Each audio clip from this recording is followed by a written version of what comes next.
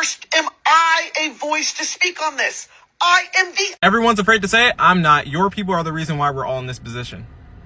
Your people are the reason why we are all depressed and we are all overworked and we are all witnessing people being literally genocided overseas. Your people. Your people put these economic systems into place that literally oppress human beings. Human beings like you guys created a system that only hurts human beings and only selects a few amongst those trillions of human beings and says, yeah, you have a good life while they all have a sucky life. It was y'all. So I expect you guys more than anybody else, any other demographic, to show that they care by uplifting voices and by speaking out yourself on the atrocities that the United States is funding and that Israel is doing, along with a lot of other European powers. Sorry if that's too much for you, Brittany. What brother said. And please, now that we're on this conversation, can we please not forget about nature, our environment? I mean, can we talk about how if end time truly is a thing that would happen? I personally don't believe in end time, but for a moment here, let me just say I do believe that end time is a thing and that it would happen. Can we talk about how with the way the planet is getting hot and polluted and continuously getting poked at, I don't even think end time would get the chance to happen. Because with the rate at which these people are hurting the planet, continuously poking at her and damaging her, planet Earth just might be forced to kick us all out before that end time they're talking about. The damage that they have done to the planet. I was having a conversation with a friend of mine the other day, and we were basically talking about, what's happening in Congo. But then very quickly, the conversation went how conversations usually go, and then we found ourselves talking about how it's crazy how we are not really talking about how these folks are drilling and drilling and drilling into our planet and taking and taking and taking faster than our planet can heal itself and replenish what is being taken. Them folks are drilling underneath us and they are taking the things that are under our feet, the things that are holding us up. And not only are they taking, they are polluting. I'm from the Niger Delta in Nigeria. Over here in the Niger Delta, there is lots of pollution going on. Health hazard, environmental hazard, it's wild. Companies like Shell don't care about the environment. There's a lot of oil spillage going on. Rivers have been damaged because oil just everywhere. Farms. And the people who live in these communities, they are people who their source of livelihood is like fishing, farming, all of that. They can't fish anymore. They can't farm anymore because everywhere is polluted.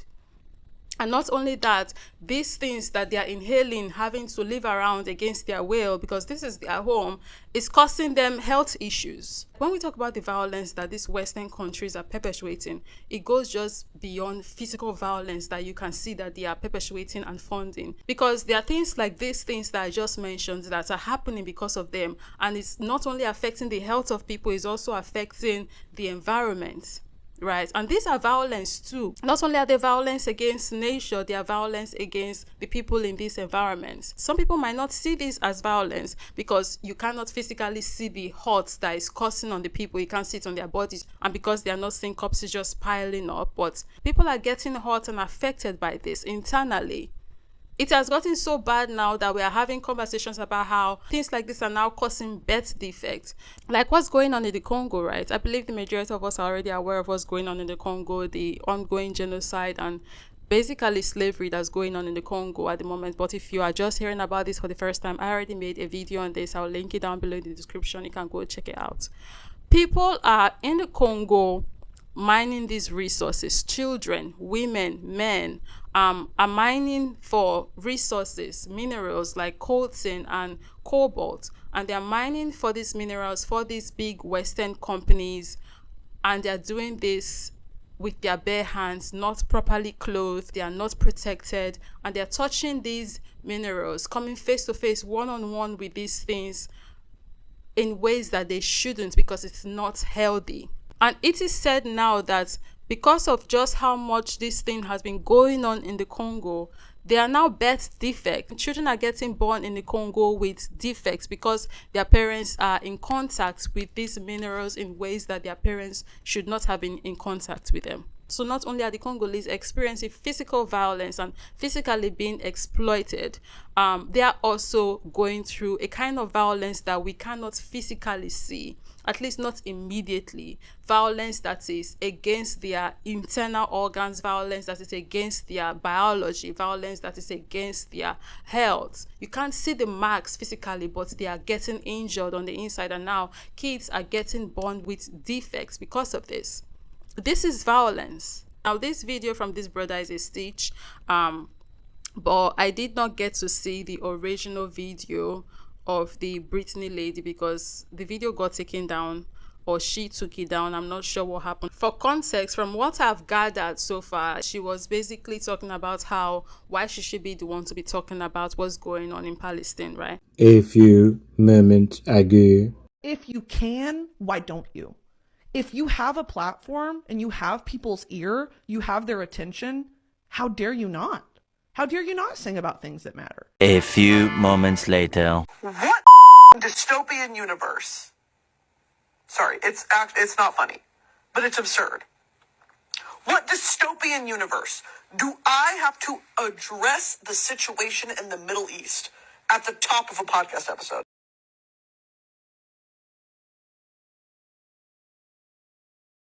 And the main reason why I'm even making this video is not necessarily because she did not make a video talking about what's going on in Palestine.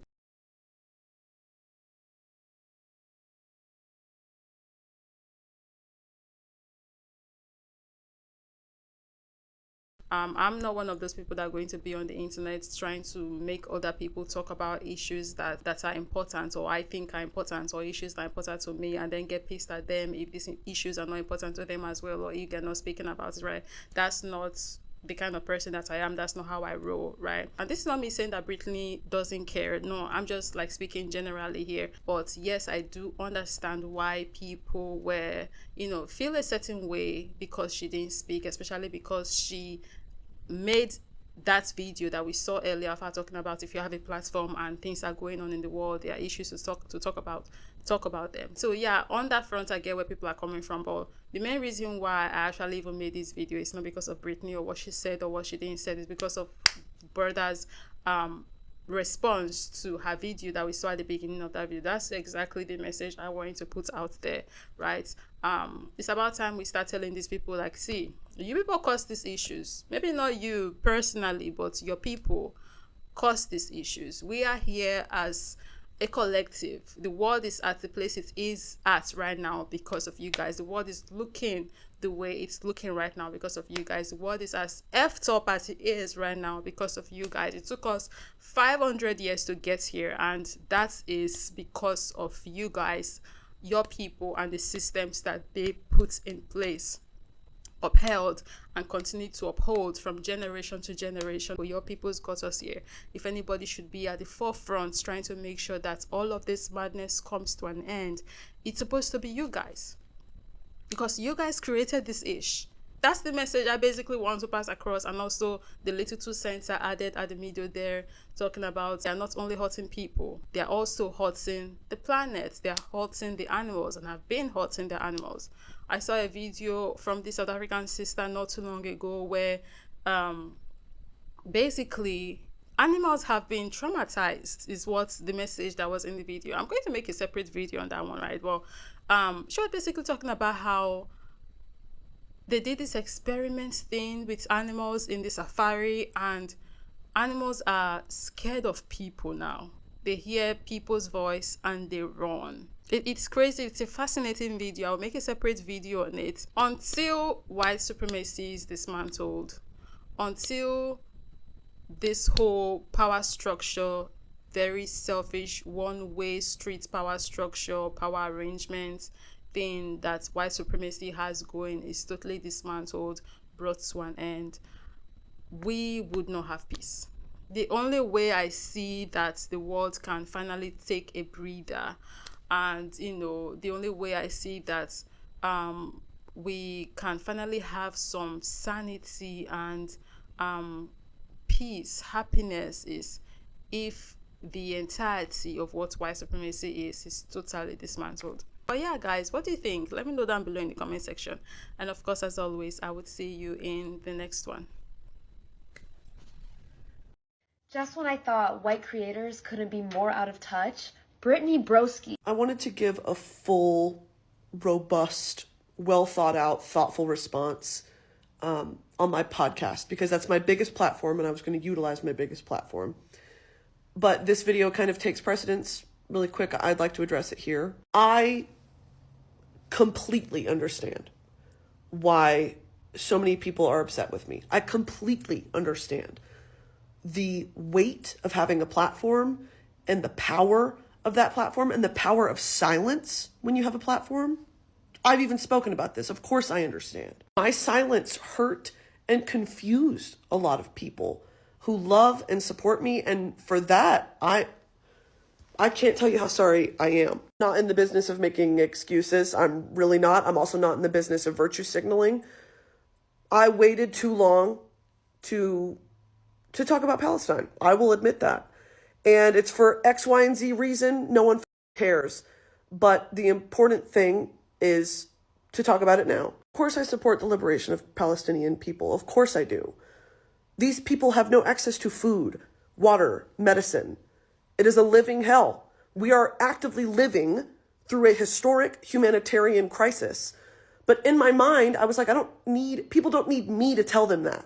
In this video she's referencing, which is a screen recording of my close friends who I don't know, that's a separate issue. I'm talking about how absurd and dystopian it is to look to people who look like me, first of all, for news and opinions and thoughts on what's happening in Palestine. I was voicing my confusion with the situation that I find myself in, like having a platform and all this. No one teaches you how to use it. And the best that you can do is speak from the heart. And that's what I try to do. I'm also acutely aware that I'm a white woman and my voice is not needed. It's just not in a lot of spaces. That close friends video, as embarrassing and humiliating as it is, shouldn't have made it, is a human moment for me. I was feeling confused as to why I have a platform to begin with. And second of all, the shame that comes from not using it properly and potentially speaking over or for people, spreading misinformation, making an already awful situation worse. There's a fear there. And no one gives a about my fear, obviously, and I'm not centering myself. All of that to say, I know we have been experiencing a collective sense of helplessness, of hopelessness. And to that, I would say, as Americans, we live in an albeit flawed, a democracy. We live in a democracy where we have direct access to the phone numbers and emails and ears of our elected officials. I urge you, if you have not already, to contact your elected officials. I've been berating them. If you feel misrepresented, if you feel underrepresented in foreign affairs, I think that is truly one of the only ways to see actionable change. I'm going to put a phone number down here where you can contact your senators and your congressmen. There are scripts available online that you can follow to voice your concerns. I'm also going to include a link to Doctors Without Borders if you'd like to join me in donating. Again, it shouldn't have taken me this long. I'll be the first fucking person to admit that. It should not have taken me this long to say something. And the something I want to say is free Palestine. And call your senators. And I'm going to talk about this more on my podcast later this week. Thanks, guys.